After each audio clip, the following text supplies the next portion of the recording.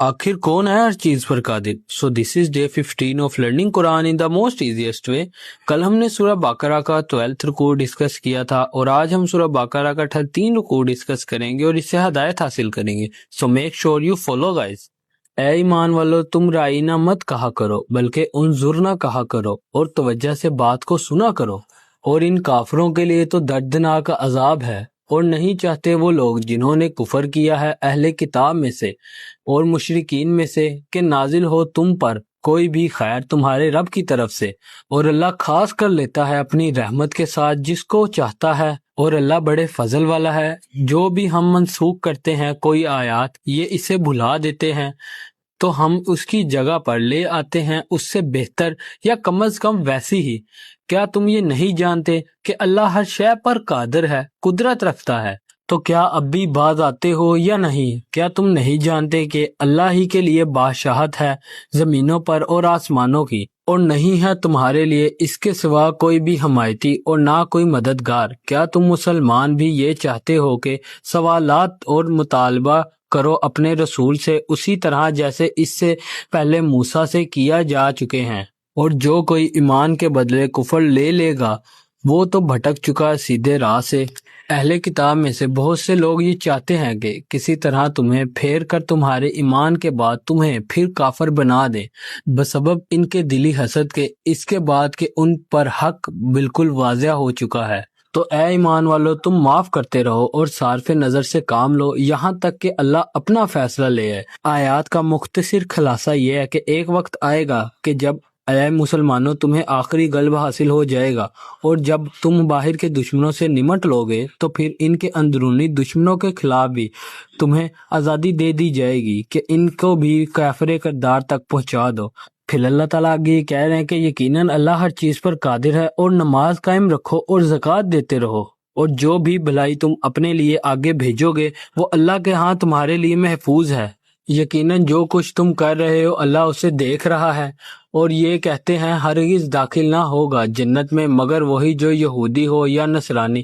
اب اس کا خلاصہ میں آپ کو آخر میں بتاؤں گا، اس کا بہت ہی بہترین خلاصہ اس میں کیا گیا ہے۔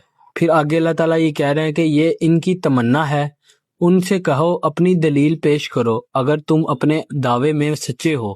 اگر تم اپنے دعوے میں سچے ہو تو کوئی دلیل پیش کرو۔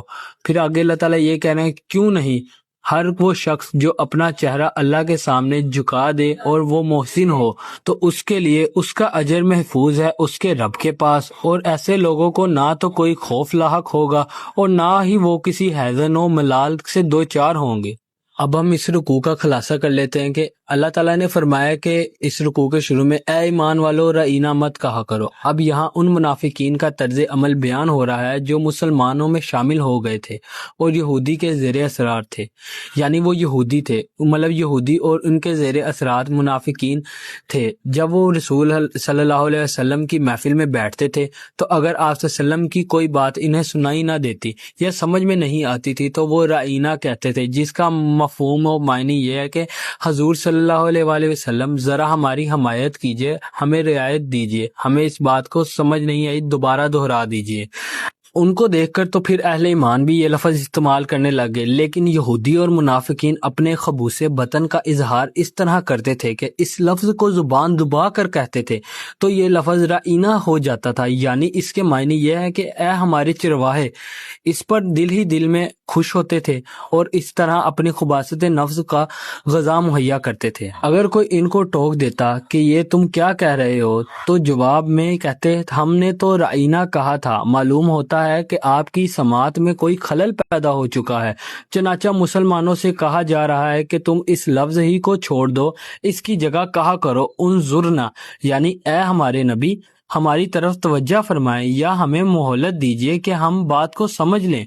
پھر اللہ تعالیٰ فرما رہے ہیں کہ جن لوگوں نے دعوت حق کو قبول کرنے سے انکار کر دیا ہے، خواہ اہل کتاب میں سے ہوں یا مشرکین مکہ میں سے، وہ اس بات پر حسد کی آگ میں جل رہے ہیں کہ یہ کلام پاک آپ صلی اللہ علیہ وآلہ وسلم پر کیوں نازل ہو گیا اور ختم نبوت کا یہ منصب آپ کو کیوں مل گیا۔ وہ نہیں چاہتے تھے کہ اللہ کی طرف سے کوئی بھی خیر آپ کو ملے، یہ تو اللہ کا اختیار اور اللہ کا فضل ہے۔ بے شک ان اللہ علی کل شیء قدیر، اللہ ہر چیز پر قادر ہے۔ پھر اللہ تعالیٰ فرما رہے ہیں کہ کیا تم نہیں جانتے کہ اللہ ہی کے لیے بادشاہی ہے آسمانوں کی اور زمینوں کی۔ پھر اللہ تعالیٰ آگے فرما رہے ہیں کہ اہل کتاب میں سے بہت سے لوگ یہ چاہتے ہیں کہ کسی طرح تمہیں پھیر کر تمہارے ایمان کے بعد تمہیں پھر کافر بنا دیں۔ یہ ایسے ہی ہے کہ جیسے کسی بلی کی دم کاٹ دی جائے تو وہ یہ چاہے گی کہ ساری بلیوں کی دم کٹ جائے تاکہ وہ علیحدہ سے نمایاں نہ ہو۔ چنانچہ اہل کتاب یہ چاہتے تھے کہ اہل ایمان کو بھی واپس کافر بنا دیا جائے۔ اور پھر اللہ تعالیٰ کہتے ہیں کہ یقیناً جو کچھ تم کر رہے ہو اللہ اسے دیکھ رہا ہے، اور یہ کہتے ہیں کہ ہرگز داخل نہ ہوگا جنت میں مگر وہ ہی جو یہودی ہو یا نصرانی۔ اب یہاں یہ بتایا جا رہا ہے کہ جب یہ نئی امت مطلب امت مسلمہ تشکیل پا رہی تھی تو یہودی اور نصرانی جو ایک دوسرے کے سخت دشمن تھے مسلمانوں کے مقابلے میں جمع ہو گئے۔ انہوں نے مل کر یہ کہنا شروع کیا کہ جنت میں کوئی ہرگز نہیں داخل ہوگا سوائے اس کے جو یا تو یہودی ہو یا تو نصرانی ہو۔ اب اس طرح کی مذہبی چتھیاں بندیاں ہمارے ہاں بھی بن جاتی ہیں۔ مثال اہل حدیث کے مقابلے میں بریلوی اور دیوبندی جمع ہو جائیں گے، اگرچہ ان کا آپس میں ایک دوسرے کے ساتھ بیر اپنی جگہ ہے۔ جب ایک مشترکہ دشمن نظر آتا ہے تو پھر وہ لوگ آپس میں مل جاتے ہیں اور اس کے اوپر اختلافات اٹھانے لگ جاتے ہیں، جبکہ اللہ تعالیٰ نے ہم لوگوں کو تو مسلمان پیدا کیا مگر پھر بھی ہم اس بات سے غافل ہیں کہ اللہ نے ہمیں مسلمان پیدا کیا، لیکن ہمیں یہ بات سمجھ نہیں آ رہی۔ پھر اللہ تعالیٰ یہودی اور نصاری کے اس مشترکہ بیان کے جواب میں فرماتے ہیں کہ یہ ان کی تمنائیں ہیں، مطلب یہ ان کی تمنائیں ہیں، یہ ان کی خواہشات ہیں، من گھڑت خیالات ہیں۔ اب پھر اللہ تعالیٰ ان سے کہہ رہے ہیں کہ اگر تم اپنی بات میں سچے ہو تو کوئی دلیل دکھاؤ یا کسی آسمانی کتاب سے دلیل لاؤ، کہیں تورات میں لکھا ہو یا انجیل میں لکھا ہو تو ہمیں دکھاؤ۔ پھر اللہ تعالیٰ آگے فرما رہے ہیں کیوں نہیں ہر وہ شخص جو اپنا چہرہ اللہ کے سامنے جھکا دے اور وہ محسن ہو تو اس کے لیے اس کا اجر محفوظ ہے اس کے رب کے پاس، اور ایسے لوگ تو نہ تو کوئی خوف ہوگا اور نہ ہی اس کو کوئی حزن و ملال ہوگا۔ یہ تھا سورہ بقرہ کا 13 رکوع۔ کل ہم سورہ بقرہ کا 14 رکوع ڈسکس کریں گے اور اس سے ہدایت حاصل کریں گے۔ So make sure you follow guys. جزاک اللہ۔